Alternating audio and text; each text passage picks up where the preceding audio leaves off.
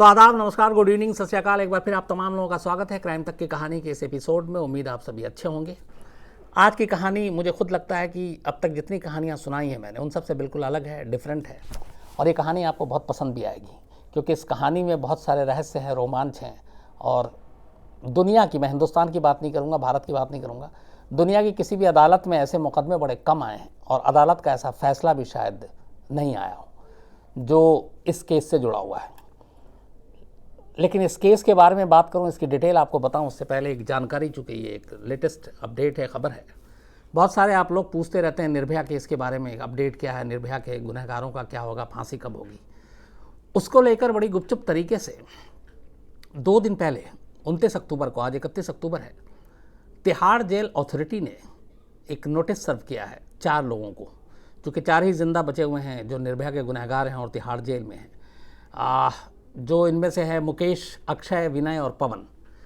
तो मुकेश, अक्षय, विनय और पवन, इन चारों लोगों को 29 अक्टूबर को एक नोटिस सर्व किया गया। उस नोटिस में ये लिखा है कि चूँकि करीब 1.25 साल से ज़्यादा हो गया सुप्रीम कोर्ट का फैसला आए हुए, जिसमें लोअर कोर्ट और हाई कोर्ट के फैसले को बरकरार रखते हुए चारों को आपको फांसी की सज़ा सुनाई गई है और 1.25 साल से ऊपर हो गया, आपने सुप्रीम कोर्ट के इस फैसले के खिलाफ मर्सी पिटिशन यानी रहम की अपील यानी दया याचिका प्रेसिडेंट ऑफ इंडिया यानी भारत के राष्ट्रपति को नहीं दिया है। तो इसका मतलब ये है कि या तो फिर आप दया चाहते नहीं हैं, अगर ऐसा है तो फिर आप अपना जवाब दें। 29 अक्टूबर का ये लेटर है, चारों को ये लेटर पढ़कर सुनाया गया, हिंदी में, अंग्रेज़ी में, बाकायदा इसकी वीडियोग्राफी हुई जब ये लेटर उनको सुनाया जा रहा था, ताकि कल को ये ना कहें कि उन्हें इस तरह की जानकारी नहीं मिली। और उनसे कहा गया कि आपके पास 7 दिन हैं, 7 दिन के अंदर अंदर आपको अपना जवाब देना है। या तो आप मर्सी पिटिशन प्रेसिडेंट के पास आप रहम के लिए जाइए।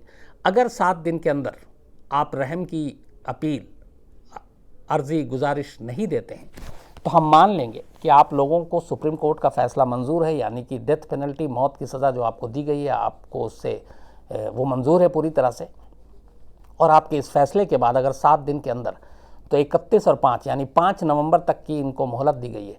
5 नवंबर तक इन सभी को अगर इन्होंने दया याचिका दाखिल कर दी तब तो ठीक है, प्रेसिडेंट के फैसले का इंतज़ार करेंगे। और अगर 5 नवंबर तक ये दया याचिका दाखिल नहीं करते हैं तो मान लिया जाएगा कि इन लोगों को मौत के इस फैसले जो दिया गया है वो स्वीकार है, मंजूर है। तो फिर जेल प्रशासन उसी हिसाब से फांसी की तैयारी करेगा और उसके बाद किसी भी दिन फांसी दी जा सकती है। ये नोटिस सर्व किया गया है 29 अक्टूबर को और 5 नवंबर तक उनको जवाब देना है। लेकिन अब इसमें 2 चीज़ें हैं। इन 4 में से एक मुकेश है, जिसने अभी तक, उनके वकील ने कहा इस नोटिस के सामने आने के बाद, कि सुप्रीम कोर्ट में क्यूरेटिव पिटिशन उसने दाखिल नहीं की है। मतलब आखिरी फैसला एक और होता है, एक मौका और मिलता है। जबकि बाकी की जो 3 हैं, अक्षय, पवन और विनय, इन्होंने सुप्रीम कोर्ट में क्यूरेटिव पिटिशन दाखिल कर रखी थी और ये उन्होंने दलील दी थी कि हम गरीब लोगों से, गरीब घर से हैं, हमारे घर में हमारे अलावा और कोई, मतलब उनको देखभाल करने वाला नहीं है, इसलिए हम पर रहम किया जाए। तो इस लाइन का मतलब ये है कि अपने गुनाह को कबूल करते हैं, मानते हैं, और ये उन्होंने सिर्फ एक दलील दी है, तो उस क्यूरेटिव पिटिशन का कोई मतलब नहीं है, वो खारिज हो जाएगी। लेकिन टेक्निकल पेच ये है कि मुकेश ने क्यूरेटिव पिटिशन दाखिल नहीं की थी और इसका फ़ायदा अब उसके वकील उठाएंगे। उन्होंने कहा भी आज कि हम इस तिहाड़ जेल के नोटिस को चैलेंज करेंगे सुप्रीम कोर्ट में, क्योंकि हमारे एक मुवक्किल मुकेश के पास एक मौका है अभी भी क्यूरेटिव पिटिशन दाखिल करने का, और उसके बाद फिर जब वो खारिज हो जाए तब फिर दया याचिका या रहम या मर्सी पिटिशन की बारी आती है। तो कुल मिला के 5 नवंबर तक की इनके पास मोहलत है, टाइम है जवाब देने का। लेकिन मुझे जो लगता है 5 नवंबर से पहले ये एक टेक्निकल, एक कानूनी खेल होगा। उसमें ये होगा कि मुकेश की तरफ से सुप्रीम कोर्ट में क्यूरेटिव पिटिशन दाखिल किया जाएगा, जिससे इनको थोड़ा और वक्त मिल जाएगा। जाहिर सी बात है, क्यूरेटिव पिटिशन पे सुनवाई में थोड़ा वक्त लगेगा, तो उतनी मोहलत, और उसके बाद जब वो खारिज हो जाती है तो फिर प्रेसिडेंट ऑफ इंडिया के पास जाएंगे। तो इस नोटिस 7 दिन की मोहलत के बावजूद मुझे लगता है कि अभी बहुत जल्द इन चारों को फांसी नहीं हो सकती, क्योंकि प्रेसिडेंट ऑफ इंडिया के जाने के बाद भी फिर प्रेसिडेंट ऑफ इंडिया उसको होम मिनिस्ट्री में भेजेंगे, वहाँ की राय लेंगे, कैबिनेट अपना फैसला देगी, फिर वापस प्रेसिडेंट के पास आएगा। तो इन सारी चीज़ों को लगता है कि कुल मिलाकर इतना तो मैं दावे से कह सकता हूँ कि शायद 2019 में इन चारों को फांसी नहीं हो। ये एक अपडेट थी आज की, चूँकि आप बहुत सारे क्राइम तक की फैमिली के लोग निर्भया केस की अपडेट मांगते रहते हैं, तो आज ये खबर आई तो इसलिए आप तक ये पहुँचाया। अब आते हैं अपनी खबर की तरफ। आज की खबर बहुत सारी आप लोगों ने फिल्में देखी होंगी, बहुत सारी ऐसी कहानियाँ हैं जुड़वा भाइयों की, हम शक्ल, एक सलमान खान की फिल्म भी जुड़वा आई थी, उसमें कई बार दिखाया भी था। कई ऐसी रियल कहानी है, मैं ऐसे कई जुड़वा लोगों को जानता हूँ। एक तो मेरी फैमिली में है एक मोंटी बंटी, जो दोनों जुड़वा हैं, हालांकि थोड़ी सी आइडेंटिकल उनकी पता चल जाता है, लेकिन फिर भी वो दिखते एक जैसे हैं। तो कई ऐसे होते हैं जो बिल्कुल एक जैसे दिखते हैं, और फिर जुड़वा में कई बार ऐसा होता है कि एक ही तरह के कपड़े पहनते हैं, एक ही तरह के बाल रखते हैं, सब कुछ एक जैसा होता है, तो उनको आइडेंटिफाई करना बड़ा मुश्किल होता है। तो कई बार ये होता है कि बदमाशी एक ने की, पकड़ा दूसरा गया। कई बार ऐसा होता है कि शरारत किसी और ने की, पिटा कोई और। तो ये खेल चलता रहता है जुड़वा भाइयों में। लेकिन जुड़वा कभी पुलिस, कानून, अदालत के लिए मुसीबत बन जाए, ऐसा बड़ा कम होता है दुनिया में। ये आज का केस वैसे ही है।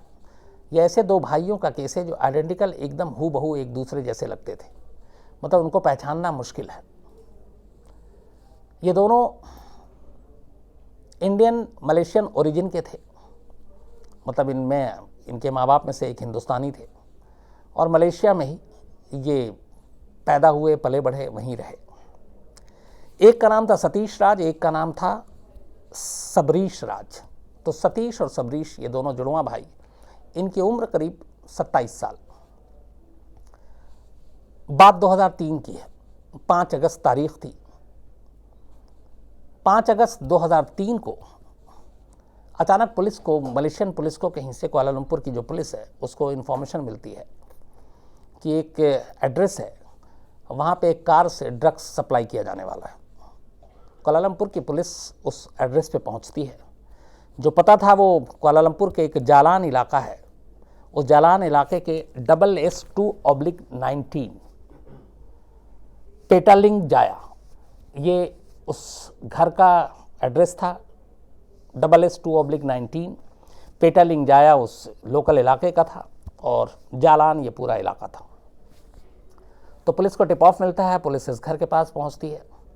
जब वो वहाँ पहुंचती है तो देखती कि घर के नीचे एक कार खड़ी है। उस कार से एक लड़का बाहर निकल रहा है। पुलिस उसे फ़ौरन पकड़ती है, कार की तलाशी लेती है। तो कार के अंदर छुपाकर 2 अलग अलग बैग में ड्रग्स रखे हुए थे, जिनमें करीब 166.33 ग्राम मैरिजुआना था और 1762 ग्राम अफीम। तो ये बड़ी तादाद थी ड्रग्स की, मतलब पॉइंट कुछ ग्राम में ही के बाद आप पकड़े जा सकते हैं, लेकिन यहाँ तो 166.33 ग्राम मैरिजुआना और प्लस 1762 ग्राम अफीम उनके कार से बरामदगी। पुलिस उस लड़के को पकड़ती है, पूछताछ करती है। उसके हाथ में एक चाबी थी, वो चाबी उस घर की थी जिस घर में वो रहता था। इसी दौरान पुलिस उससे अभी बातचीत और पूछताछ कर रही होती है और उसको लेकर घर की तरफ जाती है, तो ठीक उसी घर से एक दूसरा लड़का निकलता है। तो पुलिस पता करती है। पहले तो पुलिस चौंकती है क्योंकि उसकी भी शक्ल हूबहू इससे मिलती है। तो पता चलता है ये उसका भाई है। चूँकि इनपुट और टिप ऑफ पूरा मिला हुआ था पुलिस को, यहाँ पर ड्रग्स का धंधा होता है, और उसी घर से ये निकल रहा था जिस घर के बारे में जो पता मिला था। तो पुलिस उसके भाई को भी अरेस्ट कर लेती है। अब सतीश और सबरीश ये दोनों कुआलालंपुर पुलिस की कस्टडी में थे। इन दोनों को पुलिस ले जाती है, पूछताछ करती है। पूछताछ के बाद जब तक ये पुलिस हिरासत में रहते हैं सब कुछ ठीक था। पुलिस को और ज़्यादा इसमें कुछ काम करने की ज़रूरत नहीं थी, क्योंकि मौका वारदात से रंगे हाथ ड्रग्स के साथ गिरफ्तारी हुई थी। उसका दूसरा भाई मिला था, और ये मानना, मतलब उनका मानना था कि एक भाई ड्रग्स निकाल रहा, दूसरा भाई घर में से निकल रहा है, और उसी घर में इस ड्रग्स को रखना था, फिर वहाँ से आगे डिलीवरी होनी थी। तो ये दोनों इसमें इन्वॉल्व हो सकते हैं। तो पुलिस ने उस हिसाब से अपना केस तैयार किया। केस तैयार करने के बाद फिर ये मामला कोर्ट में पहुंचा। लेकिन जैसे ही कोर्ट में यह मामला पहुंचता है, वहाँ से एक नया खेल शुरू हो जाता है, क्योंकि कोर्ट में दलील, वकील, सबूत, गवाह, ये सारी चीज़ें बड़े मायने रखती हैं। और ये केस एक नज़ीर था। जैसे जैसे केस की हियरिंग आगे बढ़ रही थी, ये केस उलझता जा रहा था, और उसकी बहुत सारी वजह थी। जब शुरुआत हुई तो पहले पुलिस ने, जो मेन कुआलालंपुर पुलिस ने भी अपनी कुछ गलती किया, उसको ईमानदारी भी कहेंगे। उसने बड़ी ईमानदारी से लिखा कि उसने ड्रग्स बरामद किया इस कार से और यहाँ ये नाम था। उसने नाम भी लिखा एक, सतीश। उसके बाद उसने कहा कि फिर उसका भाई मिला, उसके भाई को पकड़ा, उसका नाम सबरीश। अब इनके वकीलों ने जिरा शुरू की। उन्होंने कहा अच्छा आप ये बताएं, अच्छा इस दौरान जब पुलिस कस्टडी में थे और पुलिस हिरासत में थे, पुलिस इनसे लगातार पूछताछ कर रही थी, तो इन्होंने ये ड्रग्स चूँकि बरामद हुआ तो मुकर नहीं सकते थे, लेकिन उन्होंने कभी भी पुलिस पूछताछ में ये नहीं कहा कि इस ड्रग्स का धंधा मैं करता हूँ या मेरा भाई करता है या मेरा भाई इसमें गुनहगार है, मैं बेकसूर हूँ। दोनों ने एक दूसरे के ऊपर कोई इल्ज़ाम लगाया ही नहीं। इस दौरान में कभी भी ऐसी कोई बात नहीं हुई जिससे ये पता चल सके कि इन दोनों भाइयों में कोई फूट है। उसका फ़ायदा अब कोर्ट में कैसे होता है? अब कोर्ट में जिरा शुरू कि हाँ भाई आपने कहाँ से बरामद किया। उन्होंने इलाका बताया, टाइम बताई, शाम के 4:05 5 अगस्त 2003 को ये ड्रग्स उन्होंने पकड़ा था और जालान इलाके के मकान नंबर 219 के बाहर से। इसके बाद हुआ कि अच्छा आपने ड्रग्स पकड़ा, तो ये बताइए कि ड्रग्स, अब दोनों भाई कोर्ट में मुलजिम के कटघरे में खड़े हुए हैं, जिरा शुरू होती है, तो तमाम अपनी जो सरकारी वकील थे जो कुआलालंपुर पुलिस के, वो अपनी दलील देते हैं। उसके बाद इन दोनों भाइयों का वकील खड़ा होता है और वो पूछता है कि ठीक है आपने इतने तारीख को ये ड्रग्स पकड़ी। ये दोनों खड़े हुए हैं, ये बताइए इनमें से ड्रग्स आपने किसके पास से पकड़ा? अब पहली बार जो जिन पुलिस वालों ने पकड़ा था उनको कटघरे में बुलाया गया, कहा कि आप थे उस ऑपरेशन की टीम में शामिल जिन्होंने पकड़ा? उसने कहा हाँ। उसने कहा ये बताइए कि इनमें से ड्रग्स किसके पास था? अब वो पहली बार कोर्ट में चकरा जाता है। उसे पहली बार अब समझ में आता है कि मैं क्या करूं, इसलिए कि वो उन दोनों में से पहचान ही नहीं पा रहा था कि नीचे कौन था और कमरे में कौन था। जो कार के पास खड़ा हुआ था वो शख्स कौन था और जो घर के पास से मिला वो कौन था। जिसके हाथ में कार की चाबी थी वो कौन था और जो दूसरा शख्स बाद में पकड़ा वो कौन था। उन दोनों में से पहले किसको पकड़ा ये भी उसको कंफर्म नहीं था, क्योंकि दोनों की शक्ल इतनी ज़्यादा मिलती थी। तो पहले तो वो घबराया, उसने कहा कि नहीं ये नहीं। फिर उसने कहा कि अच्छा दोनों को एक साथ और नज़दीक खड़ा कीजिए। तो दोनों को एक साथ कटघरे में नज़दीक खड़ा किया गया। तो एक की हाइट थोड़ी सी ज़्यादा थी एक भाई के मुकाबले। तो उसने कहा जिसकी हाइट ज़्यादा थी वही है। तो उसने कहा कि वो कैसे? उस कोर्ट में उस दिन उसने चश्मा पहना हुआ था। तो उसने कहा ये कैसे?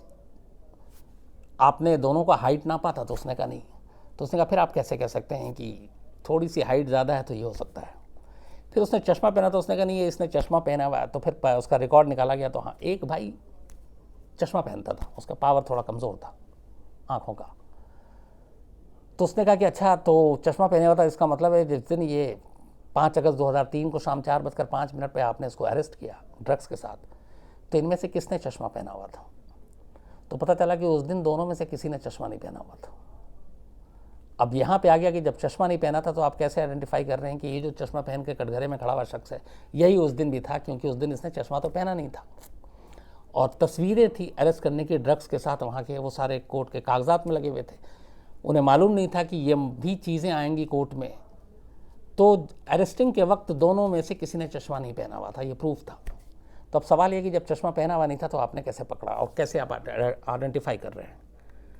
वो बेचारा फिर लास्ट में कंफ्यूज हो गया पुलिस अफसर। उसने कहा कि मैं दावे से नहीं कह सकता कि इन दोनों में से मैंने किसको पहले पकड़ा था। अब ये केस उलझ गया। इसके बाद फिर बहुत सारी चीज़ें आई। अब ये हुआ कि अच्छा डीएनए से पता करते हैं। तो अब चूँकि दोनों आइडेंटिकल ब्रदर्स थे, जुड़वा थे, तो डीएनए दोनों का सेम। तो इसके बाद ये चीज़ें हुई कि डीएनए आप कराएंगे तो कोई फ़ायदा है नहीं, कोई यूज़ नहीं है, क्योंकि डीएनए तो दोनों का एक ही निकलेगा।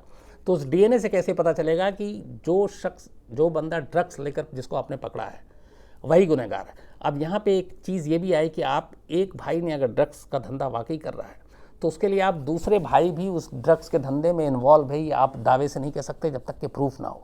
दूसरा भाई चूँकि सिर्फ उस घर में रहता था और इसके साथ रहता था, तो आप इसलिए उसको बराबर का गुनहगार नहीं मान सकते हैं, क्योंकि हो सकता है वो इस धंधे में अपने भाई के साथ शामिल ना हो। ये दलील दी गई कोर्ट में और पिछला कोई रिकॉर्ड नहीं मिला इनका।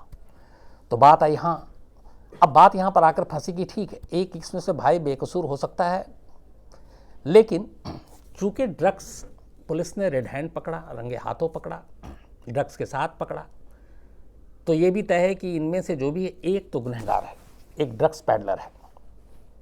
अदालत ने इस बात को माना कि हाँ, इनमें से एक गुनहगार है, लेकिन सवाल ये है कि इन दोनों में से वो कौन है, आप आइडेंटिफाई कीजिए, आप इस बारे में सबूत दीजिए।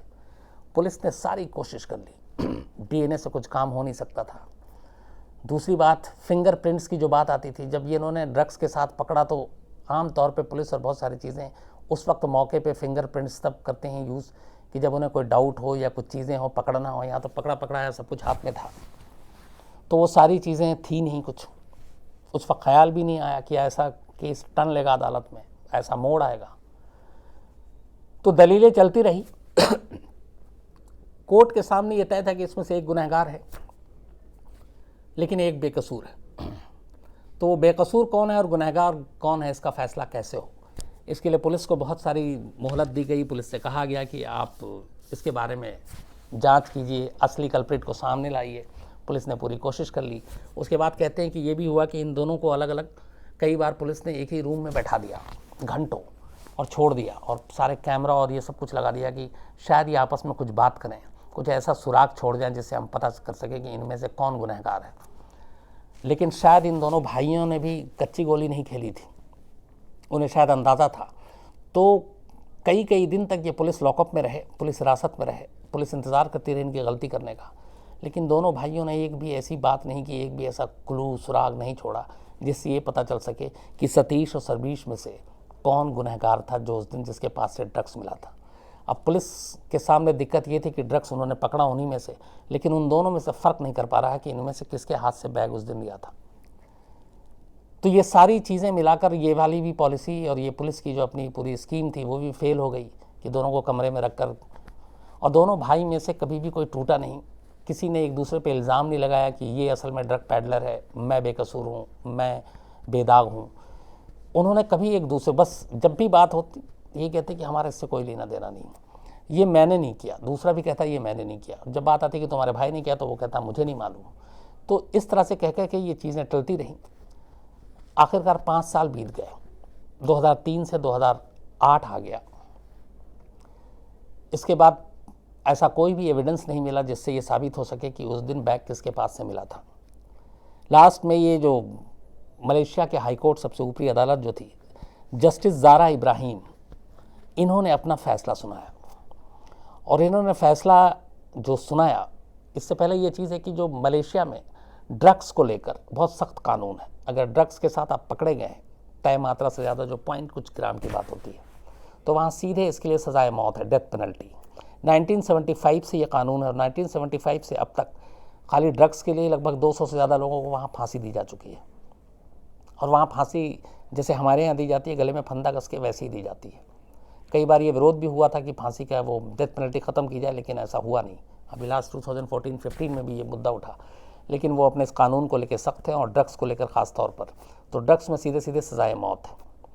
तो अब इन दोनों के पास से जितनी मात्रा में ड्रग्स बरामद हुए थे, उसमें ये तय था पहले दिन से कि इसमें फांसी होगी, फांसी से कम कोई सज़ा नहीं होगी, क्योंकि इससे पिछले के जितने केस थे वो नज़ीर थे, एग्जाम्पल थे कि वैसी ही सज़ा मिली है। आखिरकार 2008 में ज़ारा इब्राहिम जस्टिस जो थी, वो अपना फ़ैसला सुनाती हैं और फ़ैसला पढ़ती हैं। जब वो फ़ैसला सुना रही थी, जिस दिन जजमेंट का दिन था, उस दिन ये दोनों भाई सतीश और सबरीश वाइट शर्ट में, सेम शर्ट सेम पैंट पहनकर कोर्ट में आए, कटघरे में खड़े हुए मुलजिम के। और उस वक्त भी दोनों को देखकर पहचानना मुश्किल था कि इनमें से मतलब कौन सतीश है और कौन सबरीश है। और दोनों ने उस दिन ये कहते हैं कि जानबूझ के वो सफ़ेद एक ही तरह का शर्ट पहनकर पहुंचे थे अदालत में।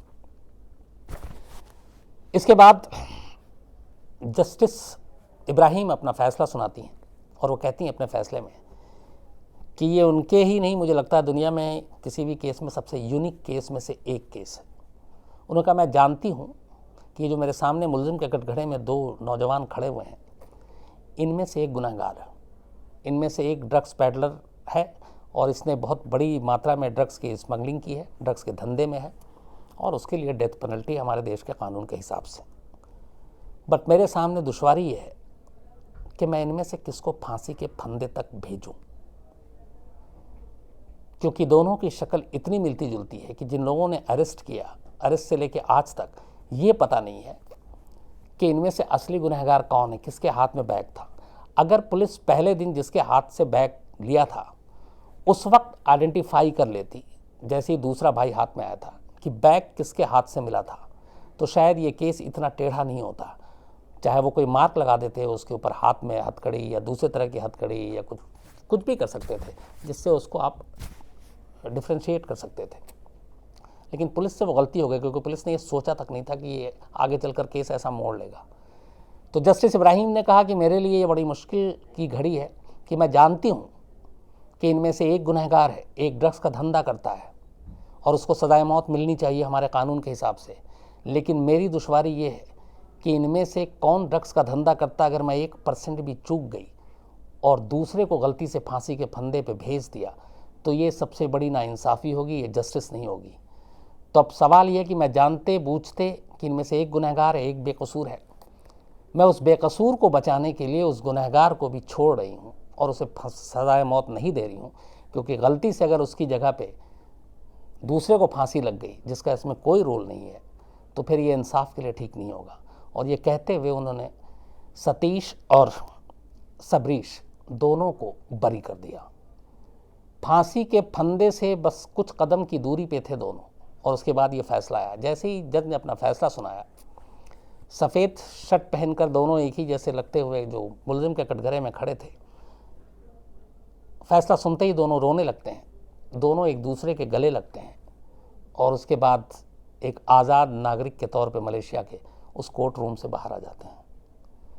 इस फैसले के आने से 10 मिनट पहले तक, जब तक ये जजमेंट नहीं पढ़ा गया था, ये मान के चला जा रहा था कि इनमें से एक को फांसी तय है। तो 10 मिनट में ही वो मौत जो है उनसे दूर हो गई, ज़िंदगी वापस मिली और एक भाई की वजह से दूसरे भाई की जान बच गई। लेकिन बाद में ये भी कहा गया कि इस एक भाई की ज़िंदगी बचने के पीछे दूसरे भाई का हाथ था। कौन था भाई वो नहीं मालूम, आज भी राज है। लेकिन अगर वो दोनों भाई टूटते नहीं, या आमतौर पर जो इस कहानी से एक नसीहत भी है, अगर वो झगड़ पड़ते आपस में या एक ये सोचते कि मैं बच जाऊँ ये मर जाए, अगर ये भावना उनके अंदर होती तो 100% एक फांसी पे चढ़ा होता। लेकिन उन दोनों ने ये तय कर लिया था कि जो भी होगा हम साथ नहीं छोड़ेंगे और हम ये जाहिर ही नहीं करेंगे कि उस दिन असल में कल्प्रिट कौन था, किसके हाथ से वो बैग बरामद हुआ था। और यही उनकी एकता थी दोनों की, कि इस बुरी चीज़ में भी देखिए एक अच्छी चीज़ निकल कर आई कि एकता ने उन्हें बता लिया और उनमें से एक फांसी पे जाने से बच गया। दोनों आज भी आज़ाद हैं, मलेशिया में हैं, लेकिन अब उसके बाद से ये मीडिया और बाकी चीज़ों से दूर रहते हैं। तो ये कहानी तो थी इन दोनों की जो फांसी के फंदे से बस बच गए। 2 ऐसे इंसिडेंट और हुए थे, वो भी मैं चलते चलते आपको शेयर करता हूँ। एक इंसिडेंट, एक हसन और अब्बास, ये 2 भाई थे, ये भी दोनों एकदम आइडेंटिकल, एक जैसे।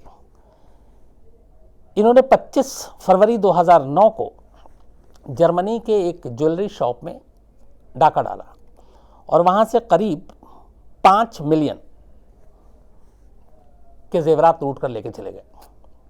सीसीटीवी कैमरा था, सीसीटीवी कैमरे में आया, लेकिन उसमें से ये था कि मास्क पहने हुए थे, तो मास्क से चेहरे का कुछ पता नहीं चला। लेकिन वहाँ पे एक ग्लव्स इन्होंने जाते जाते छोड़ दिया था उस शॉप से। उस ग्लव्स के ज़रिए पुलिस ने वहाँ की डीएनए वीएनए किया और वो डीएनए मैच कर गया 2 भाइयों से। पुलिस को लगा कि चलो केस आसान है, लेकिन वो जब मैच किया दोनों भाइयों से तो केस उलझ गया। वो दोनों भाई थे हसन और अब्बास, दोनों जुड़वा, दोनों की एक शक्ल। पुलिस इन तक पहुंचती है और उसके बाद डीएनए के आधार पर उन दोनों को गिरफ्तार कर लेती है। मामला कोर्ट में जाता है।